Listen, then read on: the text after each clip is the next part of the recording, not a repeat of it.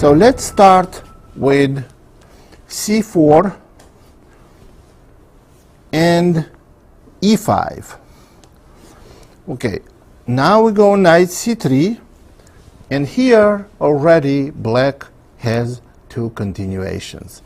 They have actually three continuations. They have knight f6, very popular move, knight c6, also very popular move, and bishop b4 that became popular only in last several years, and it was very popular actually a few years ago, and it's less popular now.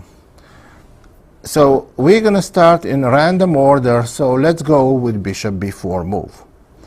Now on bishop b4, again, the main move is knight d5. There are moves such as g3, such as knight f3, d3. Well, we cannot analyze them all, as I said, because we are white.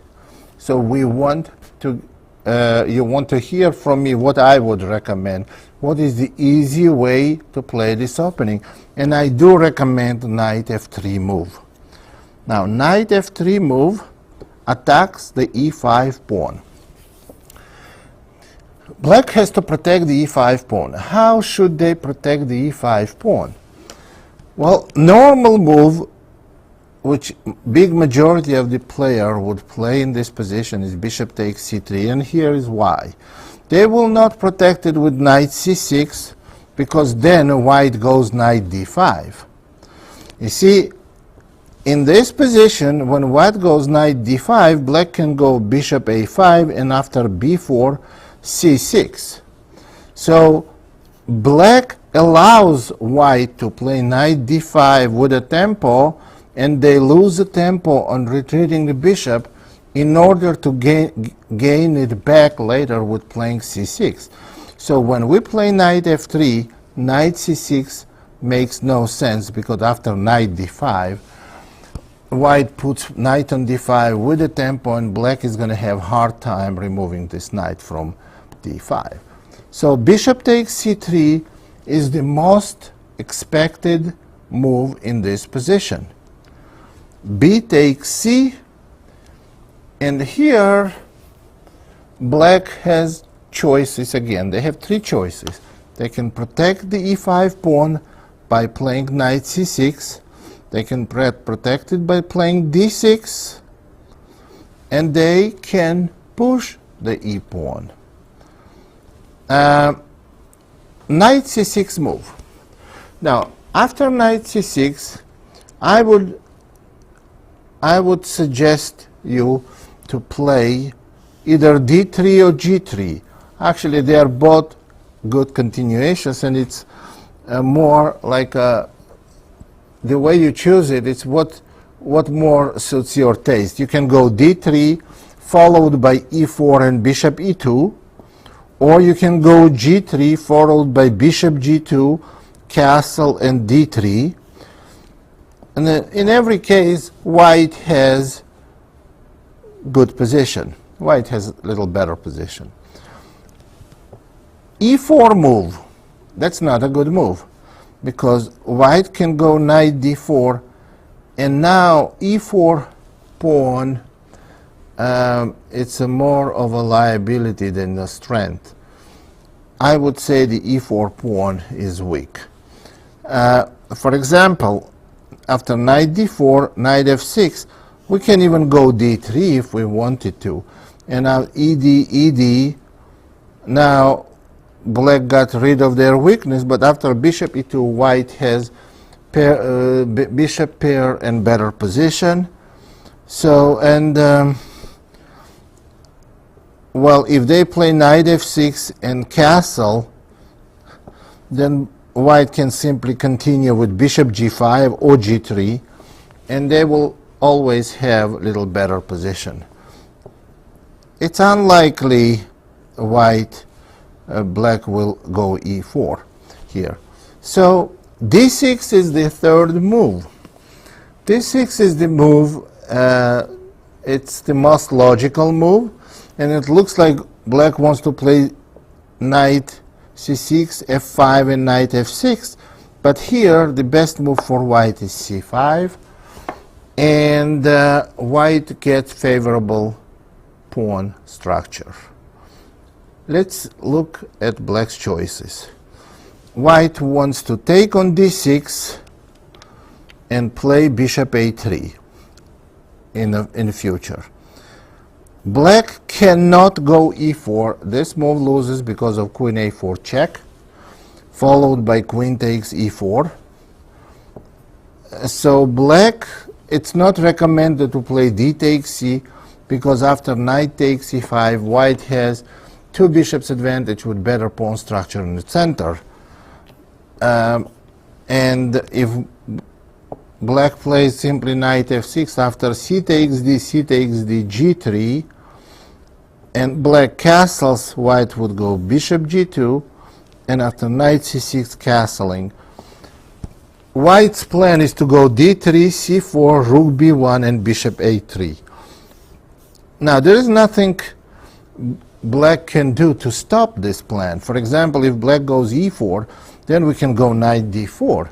Now, this is not going to be very good for black, because knight takes d4, cd, and even if black supports with d5, later on white plays d3, and dark square bishop will go to g5 or a3. White has easy game. That's what this opening all about. We get an easy game where we know the plan, and you don't have to study bunch of complicated variations.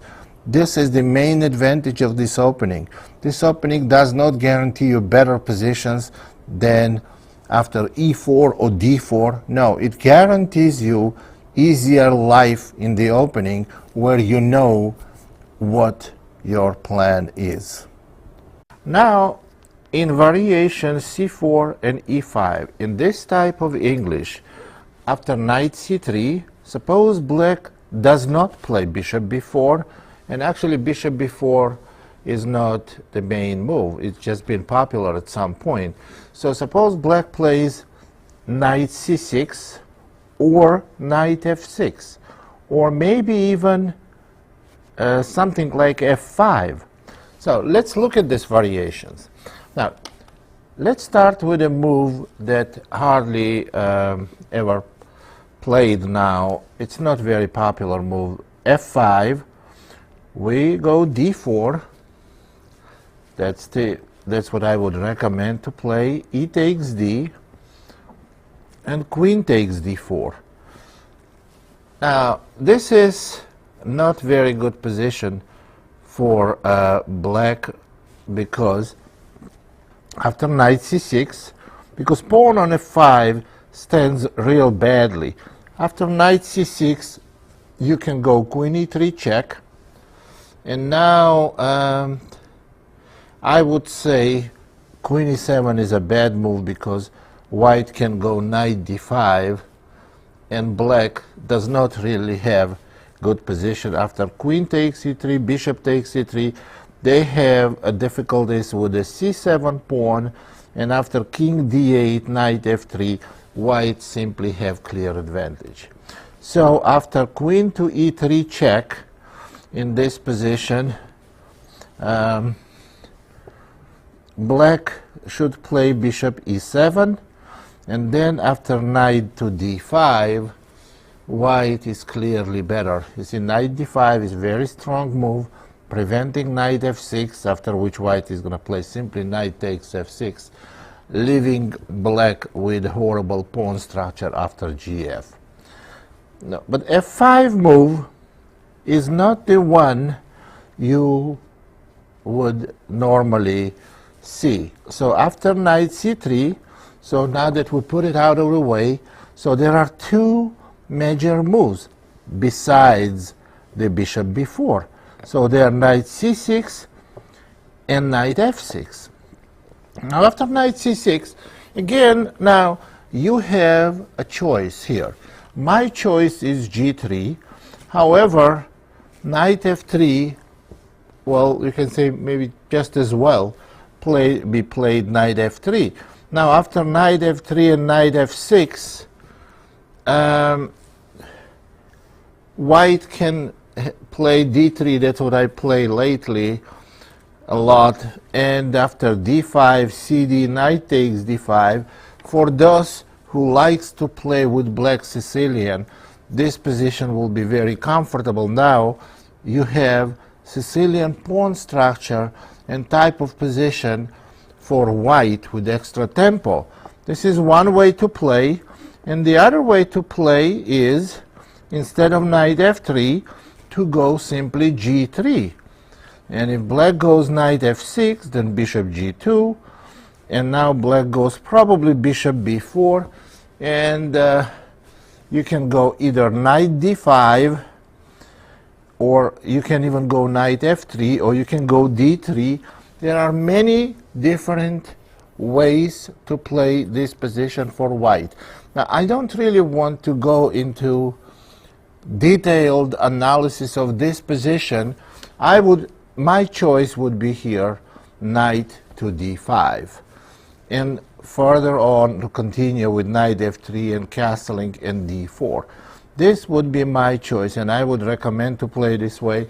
There are a lot of games played with it, and I cannot offer any of my own analysis there because whatever theory says and whatever the database shows us is very satisfactory for white. So we go g3 now, but if black goes f5, we go bishop g2 and knight f6, then we can simply play knight f3. I would recommend this move. Do not be afraid of e4. I don't think e4 is a good move because we simply go knight h4, attacking the f5 pawn. Black cannot play g5 because f5 pawn hangs, and if black protects f5 pawn, then we go d3. We attacking the central pawn on e4, and black never has a chance to play g5. This is not a very good position for black because after e takes d, there are two different ways you can get an advantage for white. You can take with the queen and attacking f5 pawn, and take with a pawn. Now your knight on h4 is no longer in danger, and after you castle, pawn on f5 is a big liability for black, so white does have a clear advantage. So now let's look what happens if we go g3 and after f5, bishop g2, knight f6, knight f3, and now if black goes bishop b4, white can simply go knight d5. Now what is this position? This position is the same position if we played for white on my previous tapes. I recommended very much to play for white, Grand Prix kind of position. Well, that's what black has now. Black has white's Grand Prix pawn structure and position, but extra tempo for white makes great difference. So this, after bishop before knight d5, I simply don't like black's position. Now if black goes bishop c5, then we can go d3, threatening bishop g5. Very comfortable position and very good position for white. So I don't think you're going to see much of f5 in those positions. This is Grandmaster Damian Lemos here for onlinechesslessons.net. First of all, I hope you enjoyed this video.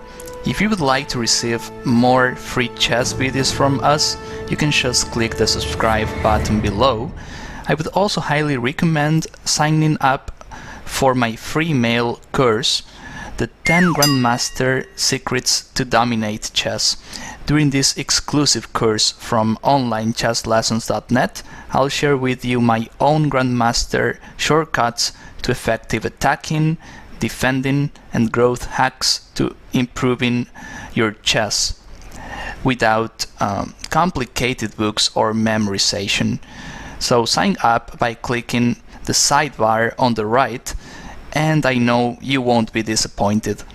Once more, this is Damien for onlinechesslessons.net, and I'll see you in my videos. Thank you.